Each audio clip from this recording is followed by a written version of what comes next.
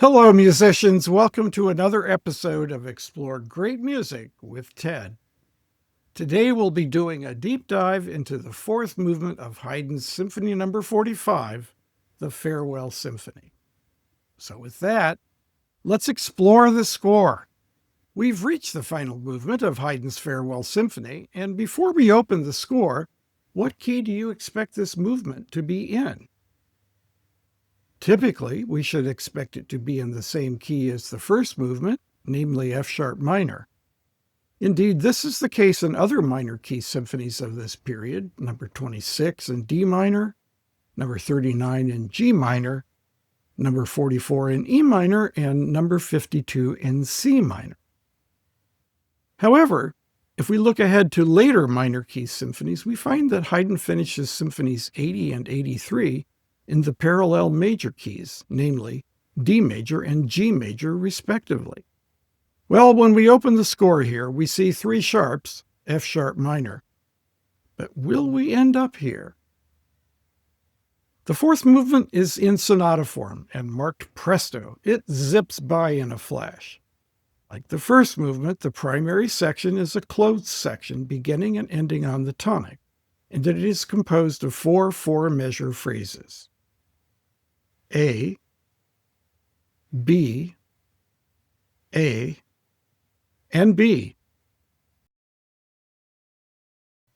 The transition section begins right afterwards and starts modulating toward A major, the relative major. The first 8 measures of the transition section reach the subdominant at measure 25, where a circle of fifths for 6 measures propels us to the secondary section at measure 31. Note the series of 9/8 suspensions in the second violins along the way. The secondary theme 1S consists of 3 phrases: A, 5 measures, B, 4 measures, and C, 5 measures again. Haydn inserts a second secondary theme 2S here, composed of phrase A, 3 measures, phrase B, 2 measures repeated, and phrase C, 1 measure. The closing section is 4 measures of 5/1 and A major to wrap things up. Before moving on to the development, let's focus on the A phrase of 2S starting at measure 45. Look at the notation in the first violins, where the upper and lower stems alternate on the pitch A. This is an example of a particular bowing technique called bariolage, where the violinist alternates the bow between 2 strings on the same pitch to create a shimmering sound. Richard.Atkinson produced an excellent video about Haydn's use of bariolage in this and other compositions. Be sure to check out this link to watch it. Like the first movement again, the development starts by repeating the first phrase of the primary theme, but the second phrase quickly sequences up to B minor and then to C sharp minor. The first phrase of the primary theme is quoted at measure 65, but here it fragments, devolving into an augmentation at measure 76 through 80. The second section of the development begins at measure 80 in C sharp minor, using material from the closing section. It sequences to B minor, 2 measures, then A minor, 2 measures, then climbs the ladder back to B minor and then C sharp major at measure 90. Now C sharp acts as the dominant of F sharp minor, whose impending arrival is reinforced by the resolution of the German augmented 6th chord in measure 93 to the dominant in the next measure. In measure 98, we arrive at the recapitulation, where the first 8 measures repeat the exposition. To the repeat of the A phrase at measure 106, Haydn adds the beautiful color of the horns, tuned in this movement back to A and E, respectively. The transition section follows immediately, sequencing from 1 to 4 to 5, where it hovers until measure 121, when the circle of fifths and 9/8 suspensions take us back to the secondary section at measure 127. At measure 138, Haydn skips the second secondary theme, 2S, and instead proceeds directly to the closing section. Here he perseverates on the dominant of F-sharp minor for 13 measures until coming to a full stop with a fermata. On the next page begins a fifth movement, during which Haydn plays the prank on Prince Esterhazy that immortalized this symphony. We see that this movement is in A major. Is Haydn going to conclude the symphony in the relative major? And note that this arrival was preceded by a C-sharp major chord, dominant of F-sharp. My music history professor A. Peter Brown referred to such cadences as bifurcations, by which I think he meant that the resolution is neither a full cadence, 5/1, nor is it a deceptive cadence, 5/6, but a still sensible progression, 5/3. I suppose another way to look at this is to see it as an indirect form of deceptive cadence, where in F-sharp minor, C-sharp is 5, D major is 6, and A major is the 5 of 6. Remember, too, that Haydn foreshadowed this progression in the first movement, where in the development he stopped abruptly on the dominant of B minor, paused, and then resumed in D major. Let's briefly note the orchestration on the first page here, where Haydn has given the bassoon its own staff. This is not suggesting that the bassoonist has been sitting idly by, but rather that the bassoonist, who heretofore has been doubling the low strings, will have something important to do later in this movement.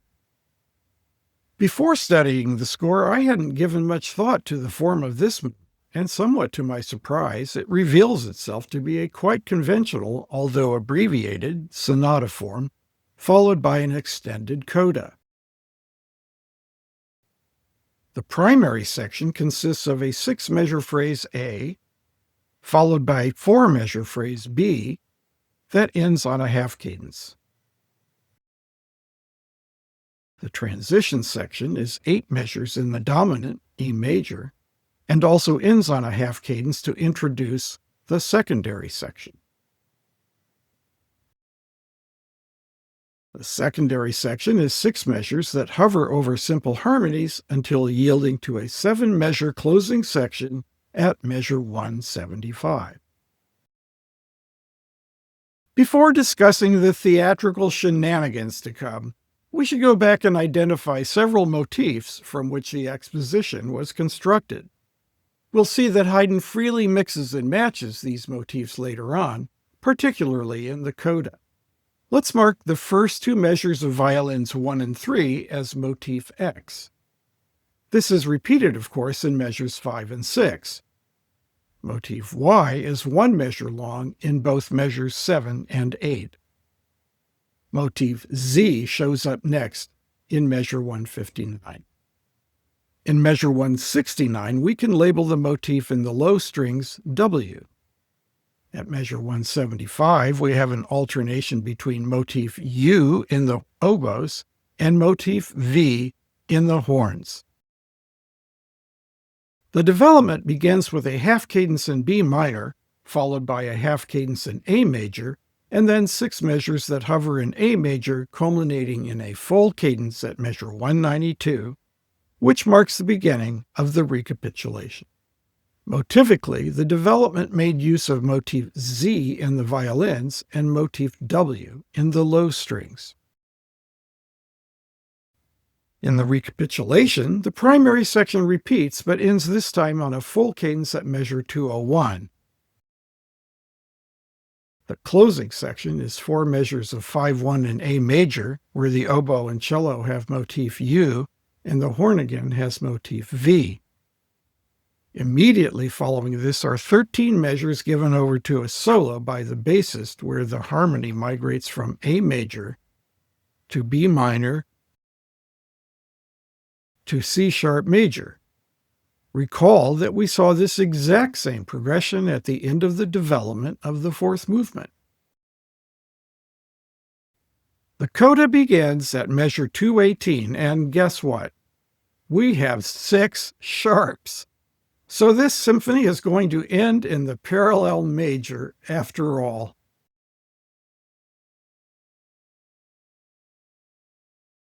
Section 1 consists of the phrases A and B of the primary theme, and then gives way to Section 2 at measure 228, which comprises 4 measures of the secondary theme, followed by the 4-measure B phrase of the primary theme. Section 3 starts by recalling the secondary theme and arrives at a deceptive cadence at measure 245. The symphony closes with the first 2 violins perseverating on motif T until finishing with motif V from the closing section. As remarkable as the music is, it's been taking a back seat to the actions of the performers in front of the audience. You might say that the music is playing second fiddle, ha ha, and has been upstaged, ha ha, by the musicians. Things start to unravel at the end of the exposition, where Haydn tells the first oboe and second horn to leave. Then, at the recapitulation, the bassoonist gets to play a solo twice, then packs up and leaves.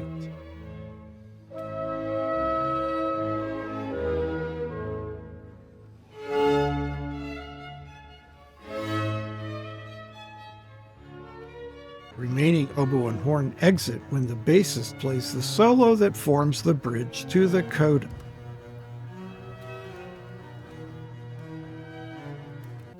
In the coda, we are left with 6 performers, 4 violins, 1 viola, and 1 cello. The cello checks out after section 1. The 3rd and 4th violins after section 2.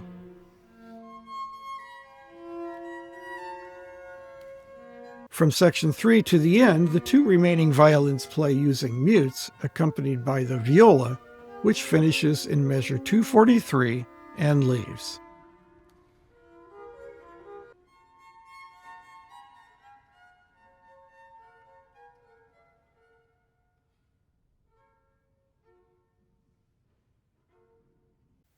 While in Basel, Switzerland in 2018, I had the good fortune of attending a performance of this symphony by Il Giardino Armonico, conducted by Giovanni Antonini. The sweetness and serenity at the conclusion remains with me to this day. I hope someday you too will be able to see a live performance of this symphony and experience similar feelings of lightness and joy. Haydn's Symphony No. 45 in F-sharp minor is a truly remarkable piece. I think even if there were no stage directions, play acting, and pranks, we would continue to mine the pages of this score for its originality, daring, and humor. Think back. In the first movement, the surprising key relationships, unexpected new theme, and the development. In the second movement, the haunting chromatic passage where time seemed to stand still. In the third movement, the sound of a mistake-ridden rehearsal with horns in F-sharp major. And the fourth movement, with echoes of the first movement, and where Haydn has us guessing to the end in which key it will finish. I hope you have enjoyed this journey as much as I have. Thanks for watching. See you next time. Bye for now.